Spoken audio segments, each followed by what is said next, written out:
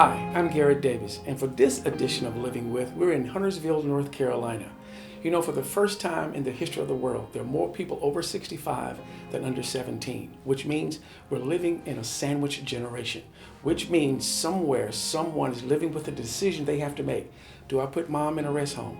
Do I put dad in a rest home? Well, what about adult daycare? In a few minutes after the break, we're going to come back, and Nikisha Rice is going to be sitting down with Michelle Allgood, Program Director of Gracious Living Adult Daycare. We want you to know that adult daycare is an option. This program is brought to you in part by GDavis Films and the Dementia Alliance of North Carolina.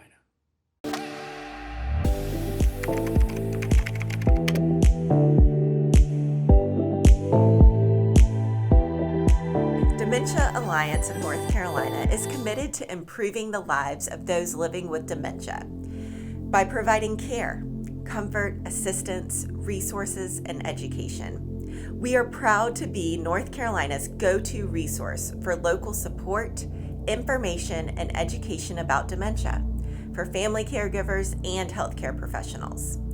This local focus allows us to build a state of caring. One caregiver, one individual, one personalized interaction at a time. For more information on our programs or our organization, please visit our website at dementianc.org.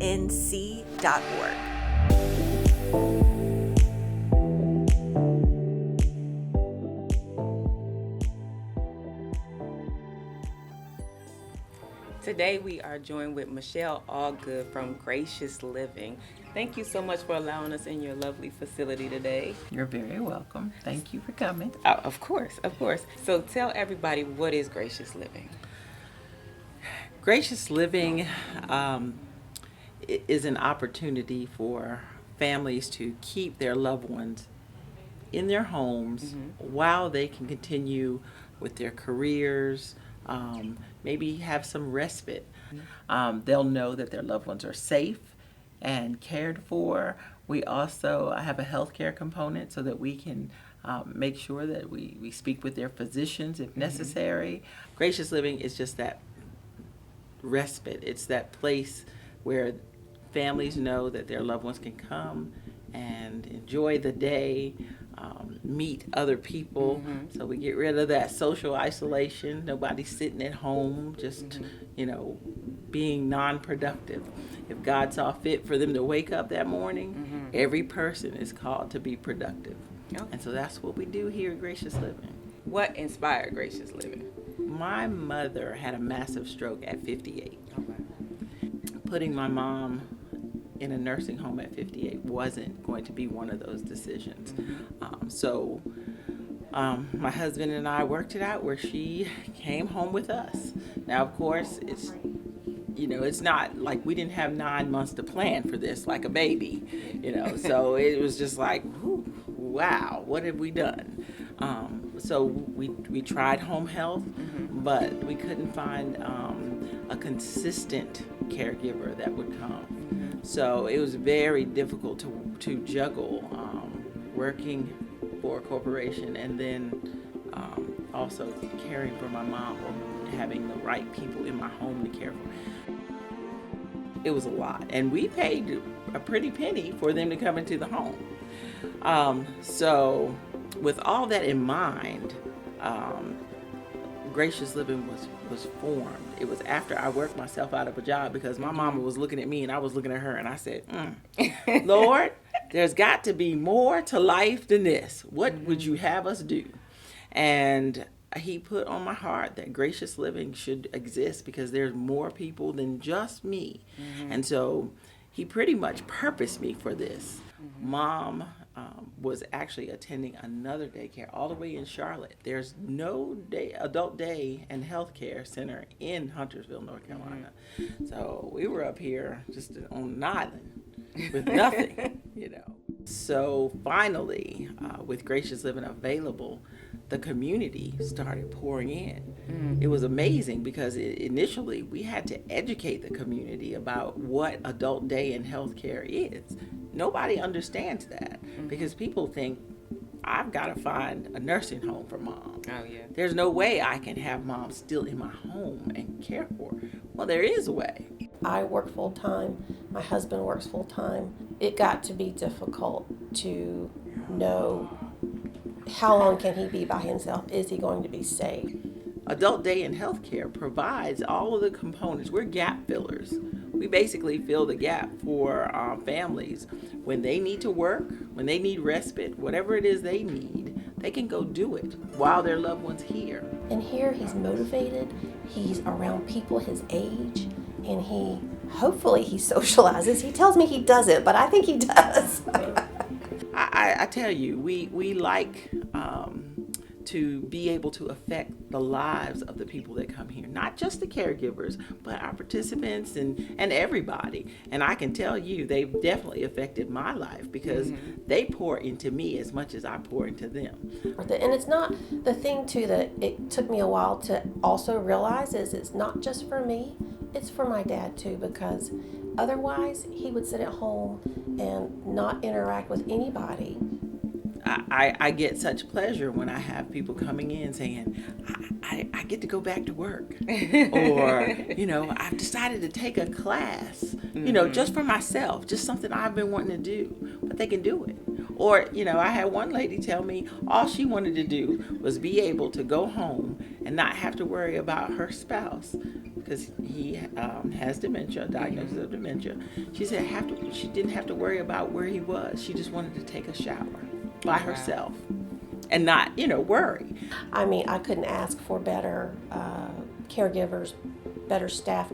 When I walk out the door, I feel completely at peace knowing that he's fine. So, for whatever reason people want respite, we're here for it.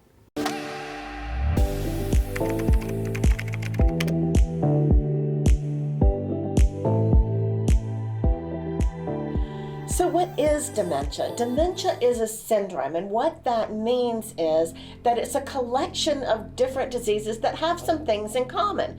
So dementia is not a disease, it is a group of diseases. So when we start to talk about those things that dementias have in common, there are three of them that we're going to talk about. So the first one is that every disease that is in the category of dementia is progressive. It means it changes across time and ultimately progresses to the end, which is death. The second thing that is true about all dementias is that they are acquired as an adult. So that means you're not born with them. It's not something that happens to you in childhood. It's once you're a fully developed adult, your brain begins to change, and in a way that is consistent with dementia. The third thing that's true about all of these diseases is that they impact more than one part of the brain. We think about dementia, when we think about Alzheimer's, we often think about memory changes, and that's an important part of it, but it's so much more. It's memory and language, or memory and executive function, impulse control, or it's memory and mobility, or mobility and language. It's at least two parts of these critical brain functions that are impaired that makes it be part of dementia.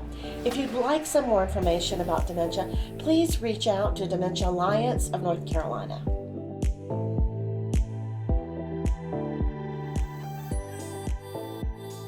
So how has the whole pandemic and COVID-19, how has that affected them trusting you? Yes, that's huge.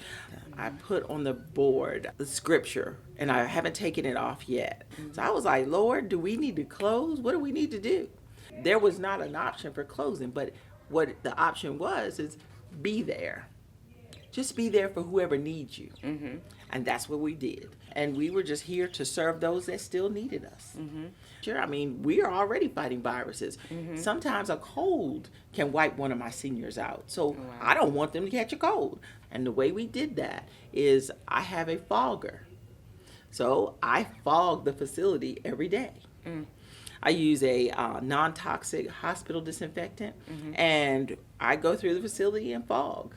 Oh, wow. So every day I'm fogging. I also use a UV laser, which is a UV light, and I go through each room. It takes 45 minutes a room, so we alternate rooms just to make sure that those are also sanitized. So we're doing everything we can do. We also pray every day, every morning. We're making sure that the Holy Spirit understands that, hey, he is welcome here. So how do you feel that this facility has impacted your client? Well, I know that they feel like they have a partner in this caregiving thing. We're talking to their physicians because we do have a healthcare component. I do have nurses on staff. There are moments where they are who they always were. They'll have lucid moments and we'll be like, wow, that's who she was. Oh, she's sassy. Because I don't care at what stage their dementia is or their diagnosis of whatever it is, Parkinson's, whatever it is. Spiritually, they're there. And if you can tap into that, you can pull them back. So what would you say to those families who are struggling with placing their loved one into an adult daycare? I'd say that I'd look at the case studies, and I also would say that there are people who did attempt to keep their family members at home, but they found that the social isolation was too great. You've got to understand that with dementia, they are already primarily struggling with anxiety. Sitting at home, socially isolated, that doesn't help. Not at all. The anxiety becomes too great because they're obsessing about one thing, a pandemic. Instead of living, they're existing. And that's no way to live. Many had to learn because there was some cognitive slide there. They were seeing that their loved one was not thriving at all. They're like, well, I don't know what's wrong with her. She's more confused than ever. Well, sitting at home, obsessing, just waiting for the other shoe to drop, that's not healthy. No. We're still living. Yes. Okay. Graciously Yes. living. Yes. All right. Well, thank you so much for joining us, Thank Michelle, you. and allowing us in your lovely facility. Thank you. Thank you. It's been a pleasure. Thank you. All right. Hopefully now, after listening to Michelle Allgood, you understand the passion and the purpose behind Gracious Living. And if you're living with that decision about what to do with mom or dad, please consider an adult daycare in your area. In just a few minutes after the break, we're going to go and sit and talk with a family who unfortunately have lost 4 to 5 members to Alzheimer's disease. They're living with fear. Is it going to happen to be next? Right here on Living With, brought to you in part by GDavis Productions and Films and the Dementia Alliance of North Carolina.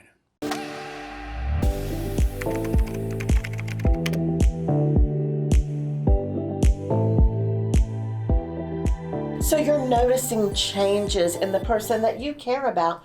When should you worry about dementia? Well, take a deep breath and we're going to talk about that.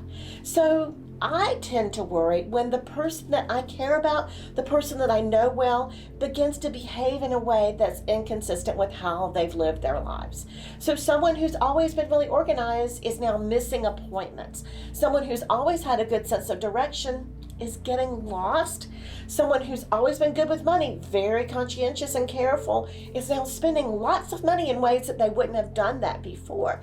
Someone who may be very social and outgoing is staying more to themselves. Someone who's always been very polite and respectful is now saying things that are rude or unexpected or maybe even vulgar or using profanity. Someone who's always been good with their words is now hesitating or not able to get the word they're looking for out. That's when I begin to worry. I don't know what the problem might be. It might be aging. It might be dementia. It might be something else. I don't know if I don't ask.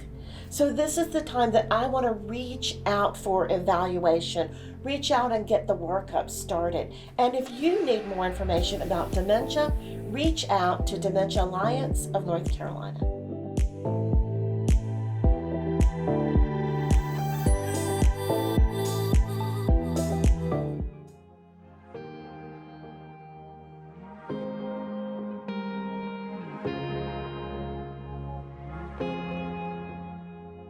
Hi, and welcome back to Living With. Now we're in Raleigh, North Carolina after coming from Charlotte, and with us today is the family that represents the Fosters and the Cheeks.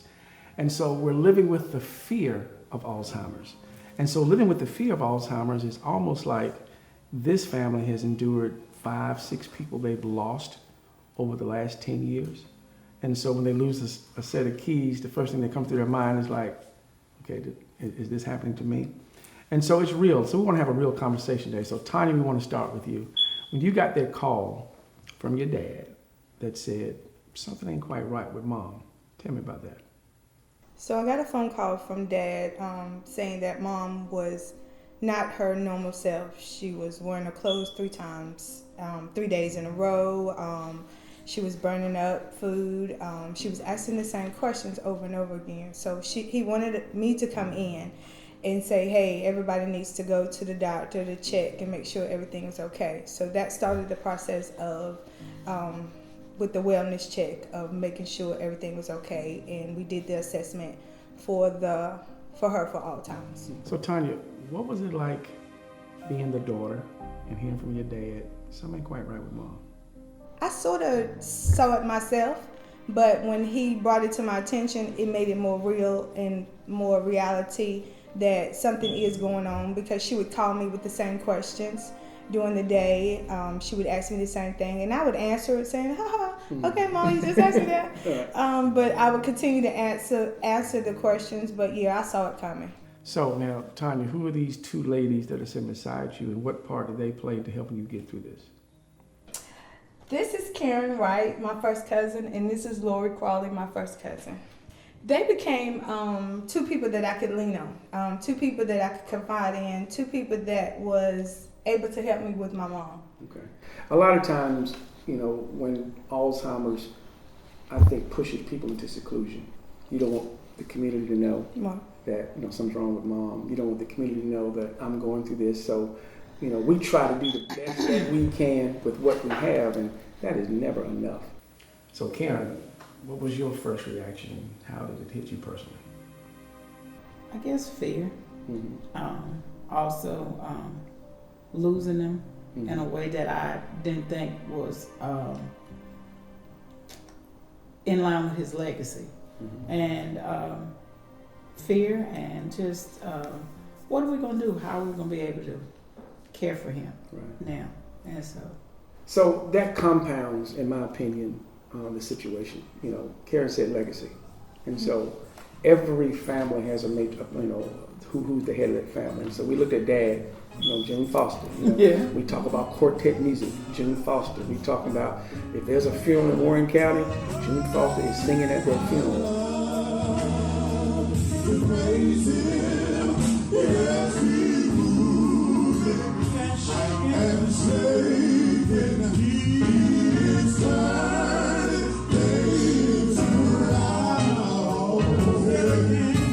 And so when something happens to June Foster within the June Foster family, you don't want everybody to kind of know what's taking place.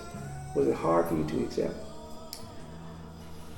I think it wasn't hard for me to accept, but just fear losing my daddy, my real daddy. Mm-hmm. I thought it was my, I got you. my real dad, and I didn't want nobody to know, because he had a reputation that I even didn't know about. My dad cut wood for people. He took care of other people's family. He just did a lot. Right. So everybody looked for him for strength. So they didn't look for him to be not alert in things. Right. He used to work for the funeral home, Garrett Davis Funeral Home, and so she called Previs one day and told him that he didn't make it to the funeral. And they didn't, just little simple things like that. Right. Losing my daddy. Yeah. And Alzheimer's has a way of, we lose people before they're gone. Right. Exactly. Yeah. So you're talking about legacy, and of course legacy means a lot. But when I hear people say legacy, that means, they hold their loved one in high esteem. But whether they're in high esteem what they do in the community or high esteem on what they do on the job, at the end of the day, that's your mama and that's your daddy. That's high enough. Lori, tell me about your first one. I was grieving. I grieved. I grieved for my daddy, my real daddy, the true person. It's almost like I lost him twice. I lost him, the real person, and then I lost him in death. I was fearful because being a survivor of cancer and having to do chemo, every time I have chemo fog, I think that I'm having an Alzheimer's episode. Right. And so I have to make the distinction between the chemo fog and Alzheimer's. And so my doctors work with me to make sure that I'm on the right path, that this is not happening to me. But it's fear. It's a lot of fear. I don't want that to happen to me. I don't want that to happen to me because I feel like I've already been through enough. I don't need Alzheimer's to come and steal me. Right. It steals from me.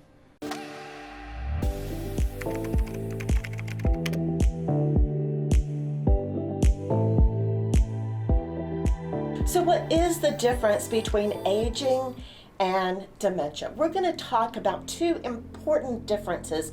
The first is that aging is universal. It's going to happen to anyone. Anyone who lives their life on this earth will experience these changes across time. On the other hand, dementia is a disease, which means it's going to happen to some people, but other people will live their entire lives and never experience those changes. The second thing that we're going to talk about is the idea that people who are experiencing changes with aging can adapt and compensate. So if the issue is memory, I can make lists if I'm having age-associated changes. I can send myself an email to remind myself of something.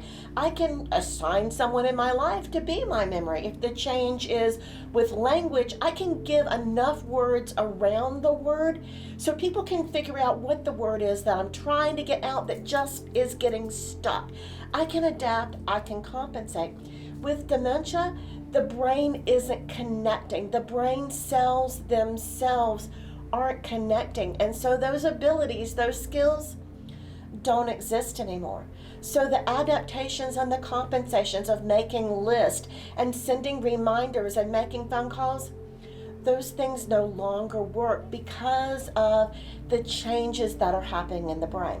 Some of the changes are physical, some of the changes are chemical, but they're all important, and they mean that that person with dementia is doing the best he or she can in that moment. If you have some more questions about dementia, about aging, about the changes that you're seeing in your person, reach out to Dementia Alliance of North Carolina.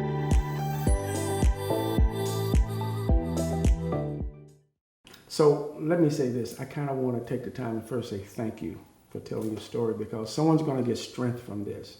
You know, we don't get a call in the middle of the night and say you're going to be a caregiver tomorrow. We get a call that says, meet me at the hospital, mom or dad failed. Then everybody comes to the hospital and it's a little bit more serious than we thought. Who ends up taking care of mama? Whoever lives closest to her. And your brothers and sisters from out of town call and tell you what to do. The one that makes the money tries to make all the decisions. The one that's never there with you to help tries to get on your nerves. So that's just family. So I applaud you for taking an effort to tell your story, because at the end of the day, people need to know that they are not alone when they're dealing with this. You know, we're talking about June Foster and Previs, the Orrington Echoes, legendary quartet group, not just in North Carolina, but throughout. And June Foster, one of the founders of that group, that's your dad.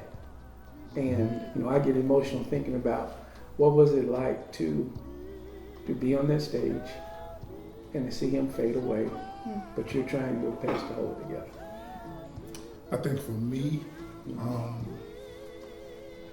the one thing that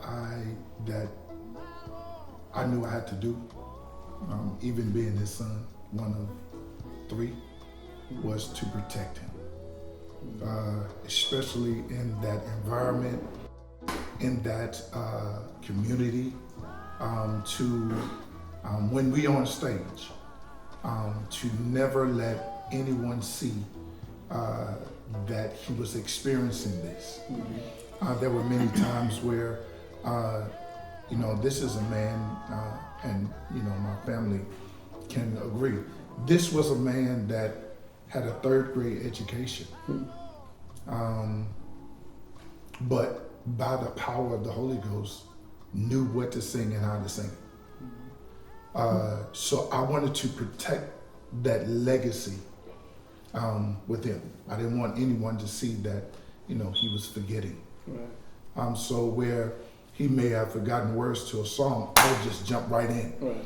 Right. That was the protector side of me. Mm-hmm. So it was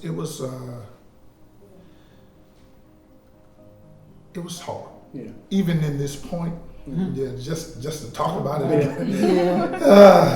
It's really, and I'm trying to hold it together, but he was everything that I knew about quartet singing. And to lose, again, I can agree with my 2 sisters. The fear of losing this monumental man to this disease, everything in me wanted to protect losing him, right, or having the community look at him another way. Because I never wanted anyone, because he had so much pride, I never wanted anyone to be like, oh, look at June. I never wanted anyone to feel sorry for him in a pitiful kind of way. Right. I understand sympathy and empathy, but I didn't want his legacy to be degraded. Right. And so legacy is important to me, but also I just want to break it down to its lowest common denominator, that just your daddy. Right. And someone who's watching this has a daddy and has a mother. And what I want them to get out of this is that you cannot do this by yourself. You cannot. You cannot. Just like it takes a village to raise a child. It really takes a village. It took all of us coming together to make sure that Aunt Lois was okay, that Daddy was okay, that my Uncle Robert was okay, Uncle Vesta. Our Uncle Sylvester. It just took all of us. It just wasn't my cousin's job to make sure that their parent was okay. It was our job to make sure that, first of all, our cousin was okay, but that we were there to help them, because I understood what they were facing. It's not easy. I couldn't have done it by myself. I wouldn't want to do it by myself. Okay, so in terms of, I remember the call that I got. My aunt called me and said, "You need to check on Mom." And so I called Emily, because Emily's like, in my family, Emily's the one that, that's closest to Mom, is taking care of Mom.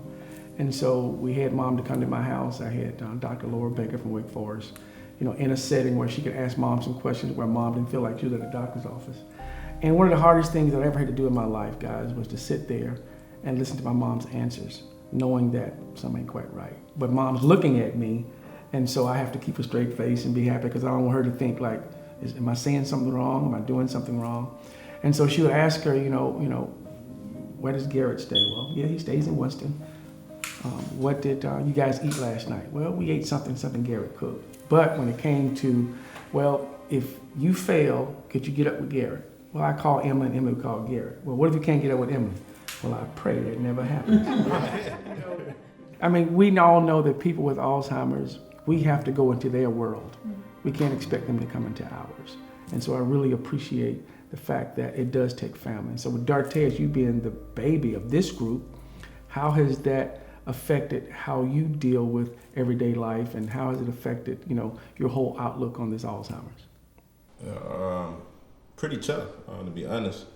I felt like once my granddaddy had it, our relationship was getting stronger. He was dealing with another situation, so like every Tuesday and Thursday we was together, and I can't say I was the first one to notice it, but I was in the early stages of knowing that something right with my granddaddy, and I was like, Mom, Granddaddy keep repeating himself. We just ate. 5 minutes later, he said he's still hungry, or when we gonna eat again. So I knew something right.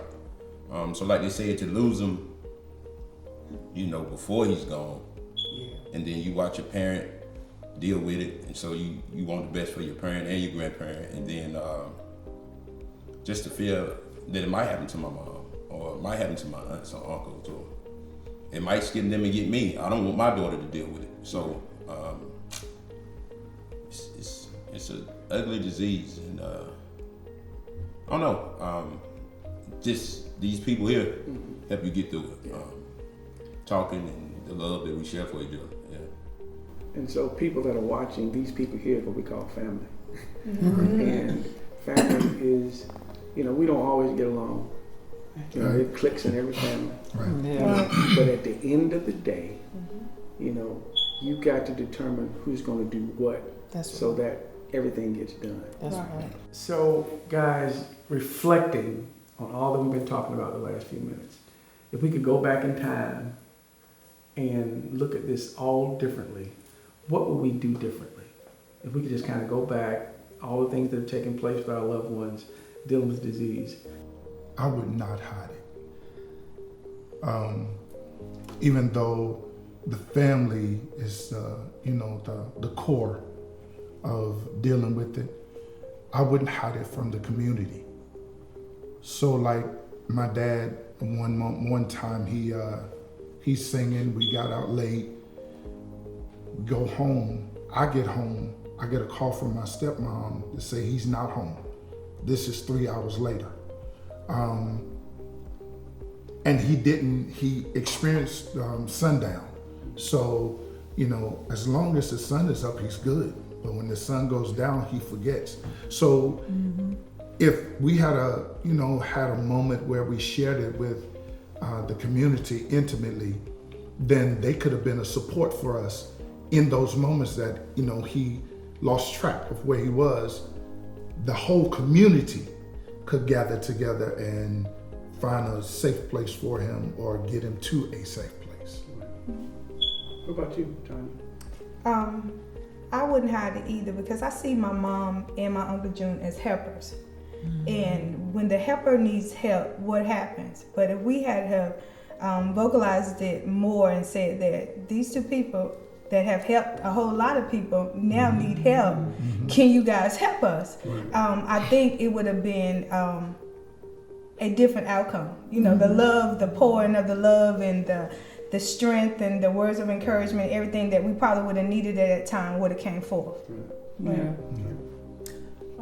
I agree with President and Tanya. I think I would not hide it, and I would let myself experience the emotions of it. I didn't allow myself. Like now, I'm so nervous. Not nervous because we're doing it, but I'm nervous because we're talking about it. And you think you're over something till it's brought back up. And so I really thought I was just kind of over it a little bit, But I'm sitting here shaky now talking about it. That response alone should let folks who's looking at this know it's okay. Because you've gone G-O-N-E through it. Somebody's G-O-I-N-G going through it and is just as nervous as you are, and that's okay. But what's getting you through is this family here. That's what I want people to understand, that there's no way possible you can do this by yourself. No. You're fighting a losing battle if you do. One of the things that Previs said was that, all of you said, I wouldn't hide it. June was a stellar person in the community. And now that we reflect, it's over with. If we had told the community, they probably would have rushed it. Exactly. Oh, yeah. But when you're going through it, you don't want nobody to know what's going on. Yeah. And so hopefully this is going to give us strength. What about you, Laura? I would not hide it, but I also would laugh. I would laugh. I would find, even though it was not funny at the time, I would learn how to make myself laugh, enjoy him, enjoy my aunt, in the moment that they were in, where they were, not try to make them come back into my world, but I would laugh. Because that would make me feel better. I think it would make them feel better. I had a conversation with my dad one day, and we were cleaning his fingernails, and we were talking about age, and he said, "You getting old now." I said, "Yeah." I said, how old are you? And he said, I'm 54. So we laughed and he laughed and I said, oh my God, he found the humor in it. Because I think he thought he was 55, but he wasn't. And so I would find the humor. I would find the laughter and I would relax. Relax. Mm-hmm. Right, relax. I would relax. So guys, thank you for taking time out to tell your story, because that means so much. Because someone looking at this is going to say, you know what, if they can do it, then we can do it. So continue to tell your story, and the legacy of June Foster and the rest, and Goodness and Lois and James and all of them, they'll always live with us because we're doing our part to make sure people understand that you can't do this alone. Thank you. Yeah. Thank you guys. Yeah. Thank you.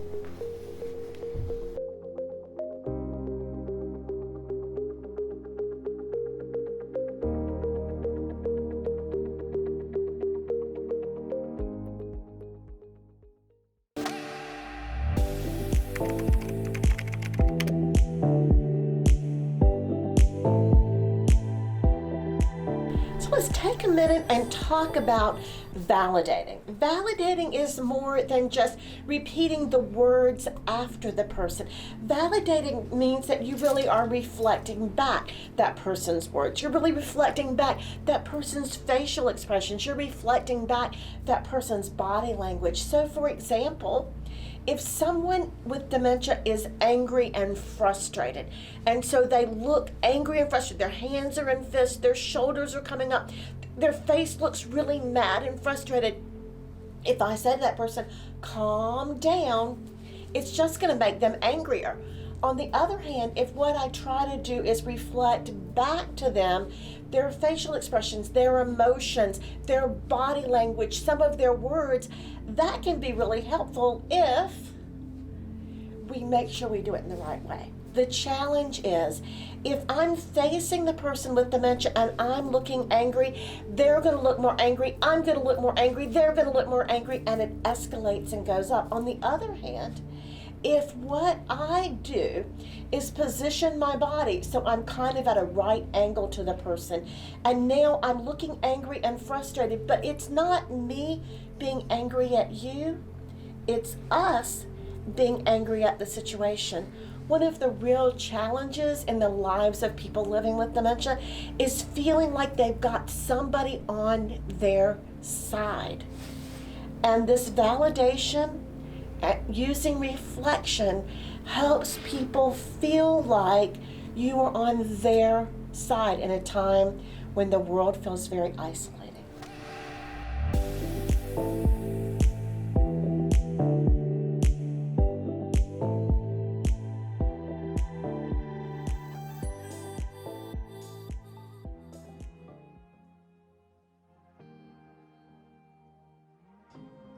And welcome back to Living With. Today we're at our final destination. We started the day off in Charlotte, North Carolina at Gracious Living, talking about adult daycare and how that falls into place of caregiving.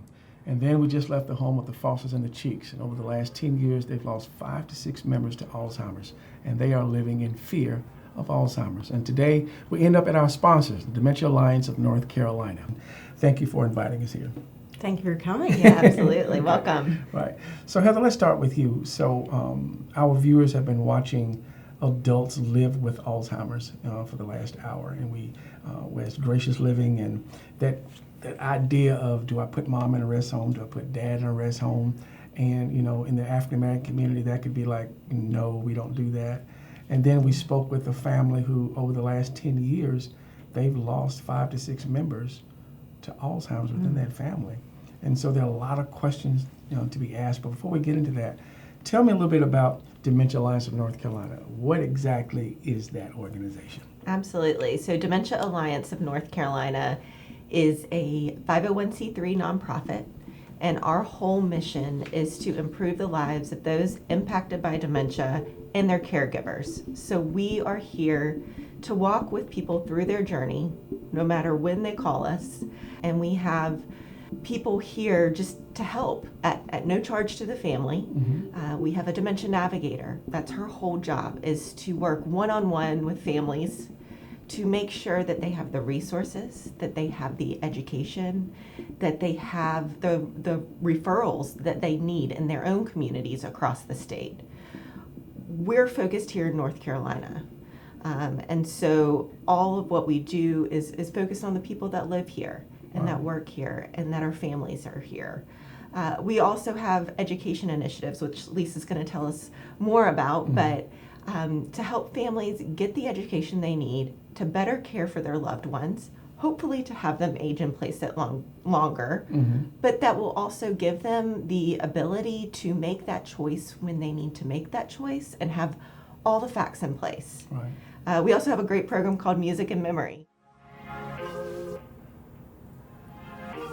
which helps provide playlists and MP3 players to families just to bring them joy. We know how much music is a part of who we are as humans, and that personalized playlist has so many benefits. So, and then we fund a little bit of research right here in North Carolina. So it's just, again, bringing that local focus to help our families going through this. They don't have to do it alone. Right. You know, that's key. I think, you know, the work that I've been doing for years with Alzheimer's, the one thing I want to change is that sometimes we wait to the last minute to reach out for help. And I'm sure your phone rings every day. Crisis. Crisis. Yes. What would you tell our viewers who are looking and they've looked at the families we spoke with, they looked at the adult daycare center, what would you tell a family who's a little bit hesitant about reaching out to anyone? What would you say? I would say the sooner the better. Don't wait until it is a crisis moment to call us and just say, hey, I need to know what to put in place for mom or dad, or I need to know what would you recommend. And so that way you've already established your care team around you, and we're really a part of your team, and you feel the trust in us. We've already built that relationship, and that when you pick up the phone, you know, like, okay, I know I'm gonna call Dee Dee or Lisa or Heather or the Dementia Alliance and get somebody that I can trust that has our best interests at heart. Now, is this, even though your office is here in Raleigh, I'm assuming, and you'll tell me, but you've got connections throughout the entire state. Okay, good. Yes. That's good. Yeah, so we work with the local area agencies on aging, the local counties, and we have trusted partners in each of these places. So if we don't know the answer, we're going to find somebody who does. And we're going to make sure that we vet it out for you. And that just takes away that guessing game of someone's giving me 20 million, options. No, let's help you pare it down. And we know that can be overwhelming. And so we want to alleviate that burden. One thing that you said that kind of sticks with me, you said a dementia navigator. Dementia navigator, yes. And so I'm assuming that means I call you and I say, someone in my family has dementia, and you're going to navigate me through what I'm going through, what I'm about to go through. That is very, very important. It is. Because one, dementia is not, it can be a complex disease, meaning, because everybody's dementia is not the same. No two people are alike. And so for someone to navigate what I'm about to go through, to navigate what I'm going through, to me, that's priceless. Mm-hmm. And you're saying you're doing that for free. Yes. For free. Right. Well, at no cost to the family. Is this what I'm saying? Yeah. Yes. No cost to the family, yeah. Wow. So Lisa, what are some of the programs offered here at Dementia Alliance? So let's start with the Care Navigator Good, program. good. So not only do we have that social worker who will help the person from, I think there might be a problem, to we've been diagnosed, now what, to how do I find that adult day program, or I think mom's at the end of life, what do I do now? She's there through every single step of that. We also train support group facilitators across the state, and we have ongoing support for those leaders. So we have about 200, I think, support groups right now across the state. Our goal is to have one in every county. We're almost there. But we know how important it is for caregivers to have that ongoing support from people who are going through the same thing they're going through. And whether that be in person or online, we're training and providing resources constantly for those folks so that they can then go into the communities and help the people directly with dementia themselves. Wow.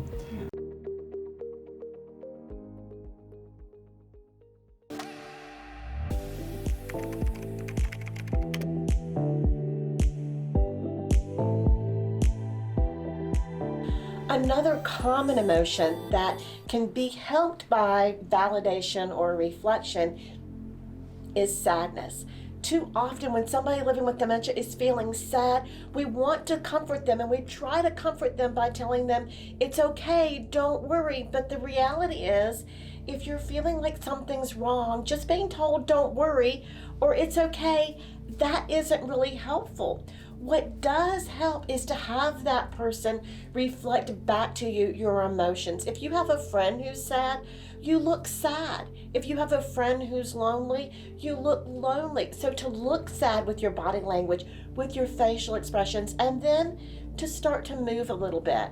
To start to move by kind of rocking. Rocking is so calming that if you're ever in a conflict or an interaction with someone in your life, see if you can get them to move to a rocking chair, because sitting in that rocking chair will automatically kind of make them calm down. It's really hard to keep a good mad going when you're in a rocking chair. So for that person who's distressed, whether they're angry or whether they're sad, getting them to move with you is a natural way to help your brain, help your emotions come back to a safe place.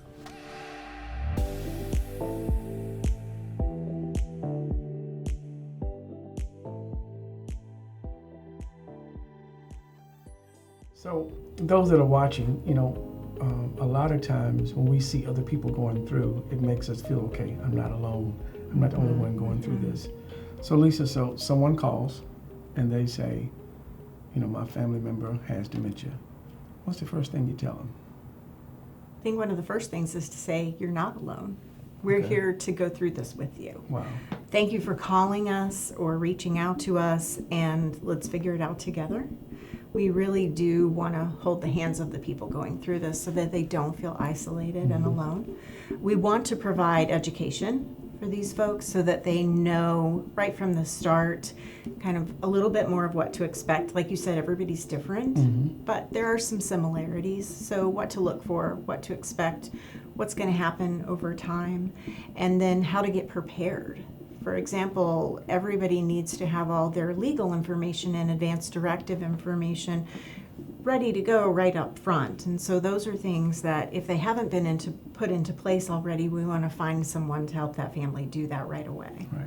And we're looking at you guys as terms of the specialists in the field, because, our viewers saw the Cheek and Foster family talking about their experience, but none of them in that family are what we call experts in the field. I asked them if they could do anything different, what would they do? What would they do? And all of them said they would keep it a secret. People shouldn't feel like they're bad because they want to hold something dear and they don't want their loved ones to it's like they're outing them, or like they are putting them in a position where I don't want nobody to see them like this. That's absolutely normal. So what I want to ask you is that why should people not keep their loved one having Alzheimer's a secret? Because this is a disease that can kind of push you into seclusion, and you want to be protective of your loved ones and not let everyone know what's going on. But why is it important not to keep this a secret? So it's a normal feeling to protect our loved ones, always. And someone with dementia is probably starting to struggle in everyday situations. They may say the wrong thing or do the wrong thing. So someone might feel like we're, what's wrong with them? What's going on? And we want to protect our loved ones from that, always. But on the other hand, if we don't talk about what's going on, if no one shares that, no one learns from it either. And you do feel isolated and alone because you become, you're more at home. You're having to help that person. Let me help you all day long. But I can't go out with my friends because I've got to help you. So I'm starting to withdraw a little bit socially from my network. And instead of reaching out and saying, this is why I'm doing it, and hey, do you think maybe you could come over and we could be social, but we could do that with my loved one and include them? They become more and more isolated. So it's so important to talk about what's going on with them. Another thing we find is that caregivers often don't want to ask for help. We all think we can do it by ourselves. we all do. That's just being human. And we're strong and we're independent and we don't have to ask for help. And it might be embarrassing to ask for that help. But it's so important for us to reach out to our friends at that time and say, yeah, I need your support. I need your help. And so instead of not sharing with those folks, that's the time where we really need to be speaking up. On the medical side of things, it's important to get assistance for someone with dementia very early on. Most of our treatments and therapies are based on early dementia, early Alzheimer's. And so if we wait too long, often there's not any therapies that we can do to help delay the progression of the disease, where we could do that with a medication perhaps starting out. Right. We can't do that later on. So there's so many reasons why we keep that close to the vest and we don't share, and there's a stigma that goes with it, but there's so many more reasons why we should share. And the more we talk about it, the less stigma there is.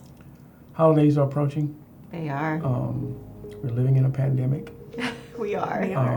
Things are not what we used to call normal. We've got some uncertainty with a lot of things in the country right now. However, it's still family. Thanksgiving is coming and Christmas is coming no matter what. But, we understand that can be a depressing time of year if you're a caregiver, because maybe you can't do all the things that you want to do because I got to do my caregiving duties. But that's normal. That's reality. What do you say to someone during the holidays? How they can make it a little bit more enjoyable for themselves if they're a caregiver? Yeah, just being in the holidays right now, we know that it, like you said, it can be stressful during the best of times. This year's going to be a little bit different. But taking a step back and almost basking in the simplicity and the gift that may bring this year. Finding other ways to include your loved one living with dementia, or, keeping it as less stressful as we can. Things like playing some music that we all enjoy, or Lisa can speak to traveling if that's something that your family is choosing, but incorporating them and doing things just a little bit simpler and a little bit different, but enjoying the presence of being together. Right. Okay. So living with Alzheimer's, guys, is our first series, feature on our series. We plan to do living with other diseases, but Alzheimer's is close to me because of the work that we've been doing and what my mom is going through. But I wanted to share and spotlight agencies like Gracious Living, who has a great facility that allows loved ones to stay there for like 8 hours, while they get respite and go to work and do some things. I wanted to share a family like the Fosters and the Cheeks who are living in fear. Is it going to happen to me? So thank you both for allowing us to come by the Dementia Alliance of North Carolina. I truly understand now what the Alliance means in Dementia Alliance, because you guys have aligned yourselves with resources and organizations that can reach out and touch you wherever you are in North Carolina if you're going through dementia. So if you have dementia, then I'm going to turn to the Dementia Alliance of North Carolina. That means a lot. And so from the Gracious Living to the Fosters and the Cheeks, and now to you, where it all started, thank you so much for allowing us to come here today. Thank you. All right.